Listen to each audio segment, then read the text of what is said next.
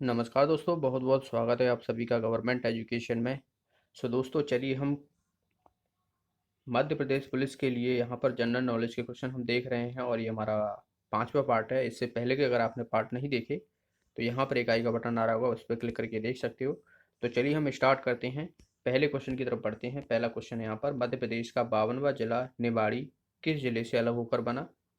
Option A है Jhabua, option B Rewa, option C Alirajpur, option D Tikamgarh. तो 52वां जिला जो कि निवाड़ी जो बना था, ये बना था टीकमगढ़ से। इसका आंसर हो जाएगा हमारा डी ऑप्शन। इंपॉर्टेंट है, याद रखना है। अगले क्वेश्चन की तरफ बढ़ते हैं।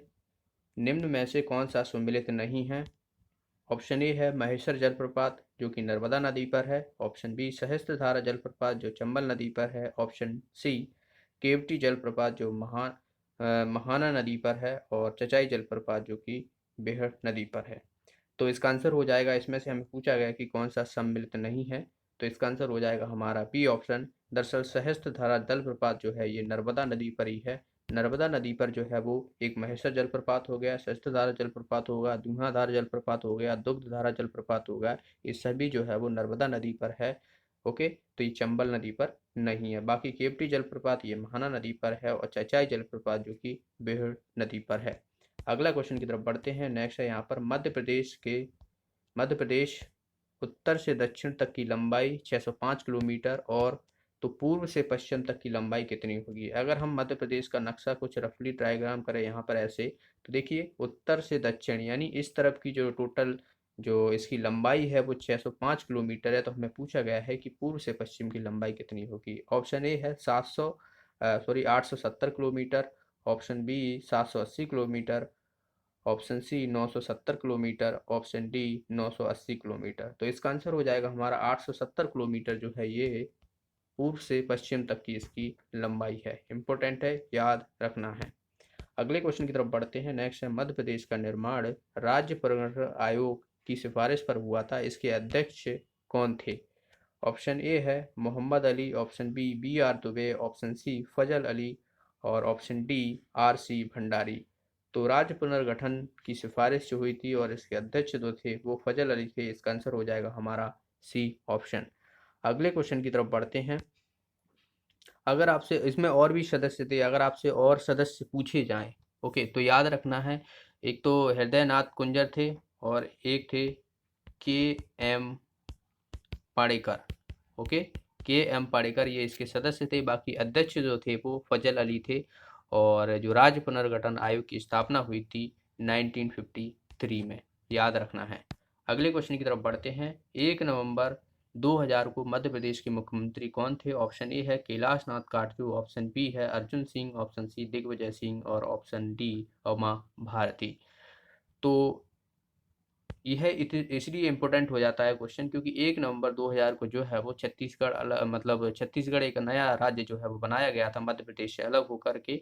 तो उस समय जो थे वो दिग्विजय सिंह थे। इसका आंसर हो जाएगा हमारा सी ऑप्शन, याद रखना है। अर्जुन सिंह जो थे वो बात की जाए तो जो भोपाल गैस ट्रेजेडी हुई थी 1984 को 2-3 दिसंबर को, उस समय जो थे वो अर्जुन सिंह थे। और उमा भारती जो कि मध्य प्रदेश की पहली महिला मुख्यमंत्री रहीं।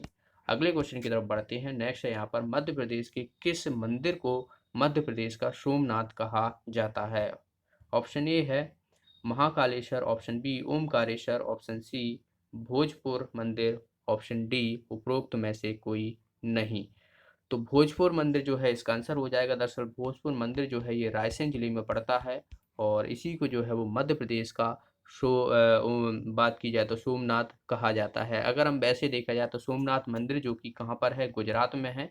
ठीक है, याद रखना है, इम्पोर्टेंट है। वहीं हम बात करें महाकालेश्वर मंदिर जो कि उज्जैन में पड़ता है, जहाँ पर जो है वो जो बात की जाए तो कुंभ का मेला लगता है और शिप्रा नदी के किनारे है। वहीं हम बात करें तो ओमकारेश्वर जो कि खंडवा जिले में पड़ता है, और इसी को जो है वो ममलेश्वर और अम्लेश्वर भी कहा जाता है। याद रखना है, ममलेश्वर या अम्लेश्वर भी आपको इसकी जगह मिल सकता है, तो इन्हें भी आपको याद रखना है। खंडवा जिले में पड़ता है और नर्मदा नदी के किनारे है। यह 12 ज्योतिर्लिंग में से एक है, इम्पोर्टेंट है, याद रखना है। चलिए अगला क्वेश्चन देखते हैं कि वर्तमान मध्य प्रदेश के दक्षिण पूर्व में कौन सा राज्य स्थित है? ऑप्शन ए है Maharashtra, option B Uttar Pradesh, option C Chhattisgarh, option D Gujarat. तो दक्षिण पूर्व की पूछा गया है, अगर हम देखा जाए तो कुछ इस तरीके से, तो ये हो जाएगा पूर्व, ये हो जाएगा पश्चिम, और ये हो जाएगा उत्तर, और ये हो जाएगा दक्षिण। यानी ये वाला जो है पूछा गया है, और ये वाला जो आपको पता हो तो इस जगह जो है वो छत्तीसगढ़ पड़ता है, तो इसका आंसर हो जाएगा हमारा सी ऑप्शन। इस तरफ जो है वो दक्षिण साइड जो है वो महाराष्ट्र पड़ता है। इधर की बात की जाए तो इधर जो है वो गुजरात है, और यहाँ पर जो है वो राजस्थान पड़ता है, और इधर जो है वो उत्तर प्रदेश पड़ता है। तो 5 राज्यों से जो है घिरा हुआ है मध्य प्रदेश, जो कि एक लैंड लॉक बात की जाए राज्य है। अगले क्वेश्चन की तरफ बढ़ते हैं। नेक्स्ट है यहाँ पर 15 अगस्त 1947 की स्वाधीनता के समय मध्य प्रदेश में कितनी देशी रियासतें थी? इम्पोर्टेंट क्वेश्चन है, याद रखना है। देखिए ऑप्शन है 60, 61, 62 या 72। तो इसका आंसर हो जाएगा 61। 61 जो थी वो 15 अगस्त 1947 के समय जो है वो मध्य प्रदेश की देशी रियासतें थीं। इम्पोर्टेंट है, याद रखना है, जिसमें मध्य प्रदेश में जैसे विंध्य प्रदेश हो गया, मध्य भारत हो गया, सेंट्रल प्रोविंस, और बाबर जो छत्तीसगढ़ का एरिया हो गया, बघेलखंड की रियासतें भी इसमें शामिल थी। तो टोटल मिला के जो है वो 61 जो है वो इसमें रियासतें थी। इसका आंसर हो जाएगा हमारा बी ऑप्शन। अगले क्वेश्चन की तरफ बढ़ते हैं। जब भोपाल स्टेट एक एक बैठक, दरअसल जो है यहाँ पर ये गलत हो गया है, तो एक राज्य के रूप में, अलग राज्य के रूप में जो है वो ये बना था, तो वह जो है वो किस श्रेणी में आया था? ऑप्शन ए है ए श्रेणी, ऑप्शन बी है सी श्रेणी, ऑप्शन सी है बी श्रेणी, ऑप्शन डी है डी श्रेणी। तो अगर देखा जाए तो जब भोपाल स्टेट एक पृथक राज्य के रूप में जो है वो बना था, तो उस समय जो है वो ये सी श्रेणी में आया था। याद रखना है, सी श्रेणी में आया था, और इसकी राजधानी जो थी वो भोपाल ही थी। ओके, इसकी राजधानी जो थी वो भोपाल ही थी। तो इसका आंसर हो जाएगा हमारा बी ऑप्शन। अगले क्वेश्चन की तरफ बढ़ते हैं। उदयगिरी की गुफाएं मध्य प्रदेश के किस जिले में स्थित हैं? ऑप्शन ए है Raisen, option B Ujjain, option C Bhopal, option D Vidisha. तो इसका आंसर हो जाएगा हमारा विदिशा। विदिशा जिले में जो है ये उदयगिरी की गुफाएं स्थित है। और बात की जाए तो जो विदिशा जो है वो बेतवा नदी के किनारे स्थित है। इसे भी आपको याद रखना है। हलाली डैम जो है वो विदिशा में ही स्थित है। तो ये भी इम्पोर्टेंट है। विदिशा से एक बात की जाए तो जो कैलाश नाथ जी हैं, तो इनको जो है वो नोबेल पुरस्कार मिला था 2014 में, जो कि पीस के लिए मिला था, और इन्होंने जो है वो बचपन बचाओ आंदोलन जो है वो शुरू किया था। इम्पोर्टेंट है, याद रखना है, विदिशा की निवासी थे। अगला क्वेश्चन है यहाँ पर, पुनर्गठन के समय मध्य प्रदेश में कितने जिले एवं संभाग हुआ करते हैं? अगर हम देखा जाए तो पुनर्गठन मतलब 1 नवंबर 2000 की हम बात कर रहे हैं, ठीक है। तो उस समय जो थे वो मध्य प्रदेश में कितने जिले और कितने संभाग थे, ये पूछा गया है। ऑप्शन ए है 45 जिले 10 संभाग, ऑप्शन बी है 43 जिले 9 संभाग, और ऑप्शन बात की जाए ऑप्शन सी 45 जिले 9 संभाग, और ऑप्शन डी 44 जिले 9 संभाग। तो उस समय जब गठन की हुआ था, अगर हम 1 नवंबर 2000 की बात करें, तो राज्य पुनर्गठन के समय मध्य प्रदेश जो छत्तीसगढ़ से अलग कर दिया गया था, और मध्य प्रदेश को जो है वो छत्तीसगढ़ से अलग कर दिया गया था, तो उस समय जो थे वो 9 संभाग थे और 45 जिले थे। तो याद रखना है, अभी वर्तमान में जो है वो 10 संभाग हैं और कितने 52 जिले हैं। तो इम्पोर्टेंट है, याद रखना है। अगले क्वेश्चन की तरफ बढ़ते हैं। नेक्स्ट यहाँ पर, मध्य प्रदेश का नवनिर्मित प्रस्तावित जिला नागदा किस जिले में स्थित है? रीवा, भोपाल, उज्जैन या सीधी? देखिए, अभी नवनिर्मित मतलब अभी निर्मित नहीं है, प्रस्तावित है। दरअसल नवनिर्मित हम इसे नहीं कह सकते, अभी प्रस्तावित जिला है नागदा, जो कि एक 53वां जिला बनेगा, पर अभी बना नहीं है, अभी 52 ही जिले हैं, याद रखना है। तो ये किस जिले में पड़ता है नागदा? तो ये जो है वो उज्जैन में पड़ता है। इसका आंसर हो जाएगा हमारा सी ऑप्शन। अगले क्वेश्चन की तरफ बढ़ते हैं। नेक्स्ट यहाँ पर, मध्य प्रदेश की राजकीय मछली कौन सी है? डॉल्फिन, स्टारफिश, महासीर या ऑक्टोपस?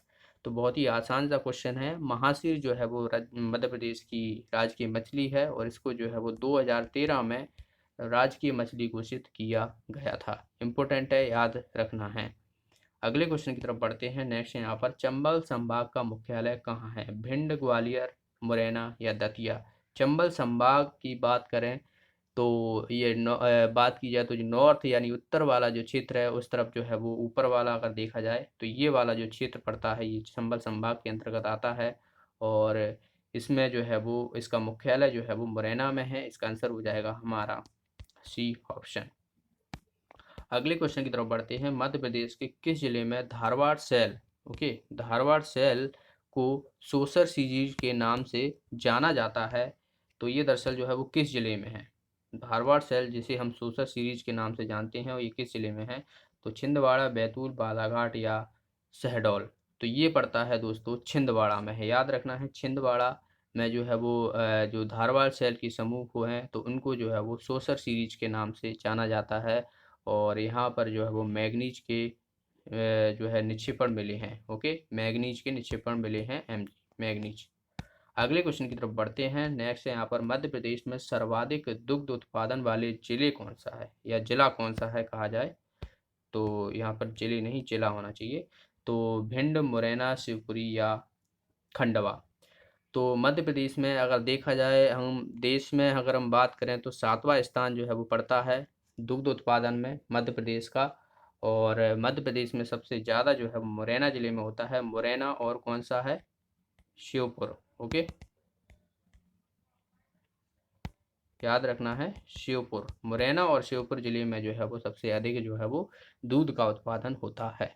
और ये फ्लड जो ऑपरेशन फ्लड है वो दरअसल किससे संबंधित है? ये दुग्ध उत्पादन से ही संबंधित है। तो कई बार पूछ लिया जाता है कि ऑपरेशन फ्लड किससे संबंधित है? तो दुग्ध उत्पादन से संबंधित है, याद रखना है। नेक्स्ट है यहाँ पर मध्य प्रदेश का वह कौन सा स्थान है जिसे विश्व का मध्य बिंदु कहा जाता है? बैतूल, उज्जैन, रीवा या इंदौर। तो विश्व का मध्य बिंदु दरअसल जो है वो उज्जैन को कहा जाता है। इसका आंसर हो जाएगा हमारा बी ऑप्शन। और यह बात की जाए तो विश्व के मध्य बिंदु के रूप में जाना जाता है और विश्व का एकमात्र स्थान है जहाँ पर जो है वो 21 जून को जो कि सूर्य की किरणें जो है वो 90 डिग्री पर लंबवत पड़ती हैं, यानी मंदिर पर जो है वो लंबवत पड़ती हैं, सीधी सीधी, याद रखना है। अगले क्वेश्चन की तरफ बढ़ते हैं। नेक्स्ट है यहाँ पर भोपाल राज्य के पहले मुख्यमंत्री कौन थे? ऑप्शन ए है पंडित रविशंकर शुक्ल, ऑप्शन बी पंडित शंकर दयाल शर्मा, ऑप्शन सी पट्टवी हो गया यहाँ पर पटवा सीतारमैया और ऑप्शन डी कैलाशनाथ काटजू। तो इसमें क्वेश्चन थोड़ा ट्रिकी है। मतलब अगर देखो मध्य प्रदेश का पूछी जाए तो आप सभी को पता होगा पंडित रविशंकर शुक्ल थे, लेकिन अगर भोपाल राज्य का पूछे गए हैं पहले मुख्यमंत्री जो कि सी श्रेणी में आता था भोपाल राज्य, और उस समय जो थे वो पंडित शंकर दयाल शर्मा थे। तो इसका आंसर हो जाएगा हमारा बी ऑप्शन। इम्पोर्टेंट है, याद रखना है। अगले क्वेश्चन की तरफ बढ़ते हैं। रीवा में स्थित सोलर पावर प्लांट की क्षमता कितनी है? 850 मेगावाट, 750 मेगावाट, 420 मेगावाट या 720 मेगावाट। तो इसका आंसर हो जाएगा हमारा 750 मेगावाट, जो कि सोलर प्लांट स्थित है रीवा में है। इम्पोर्टेंट है, याद रखना है, कई बार जो है वो क्वेश्चन पूछा गया है। अगला क्वेश्चन है यहाँ पर ओमकारेश्वर बांध निम्न में से किस नदी पर स्थित है? चंबल नदी, ताप्ती नदी, बेतवा नदी या बात की जाए नर्मदा नदी। तो ये जो है वो नर्मदा नदी पर है ओमकारेश्वर बांध, और ये जो है वो बात की जाए तो खंडवा में पड़ता है।